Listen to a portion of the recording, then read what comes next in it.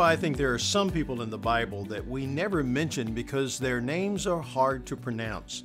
And if that's the case, one of them might be a guy named Onesiphorus. Paul mentioned him in 2 Timothy chapter 1, verse 16 when he wrote, "May the Lord grant mercy to the house of Onesiphorus, for he often refreshed me." The Greek word translated refreshed referred to a cool breeze blowing over someone's forehead. Now, if you had been hot and sweating, you know how a cool breeze can refresh you. Well, Paul said that Onesiphorus did it for his soul. Well, how does a person do that?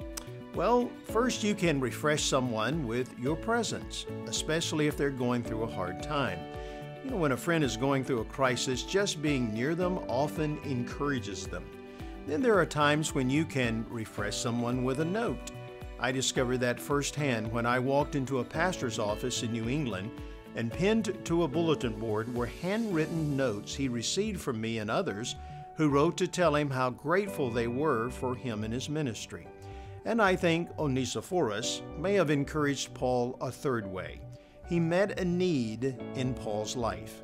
Now, I don't know what he did, but it encouraged Paul's spirit.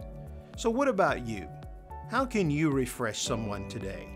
Maybe a friend needs you to sit with them a few minutes at the bedside of a dying parent, or you need to write a note and tell someone thank you, or maybe you need to buy groceries for a family experiencing unemployment.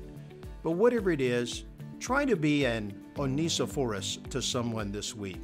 And believe me, by Sunday morning, you'll be glad you did. I'll see you tomorrow.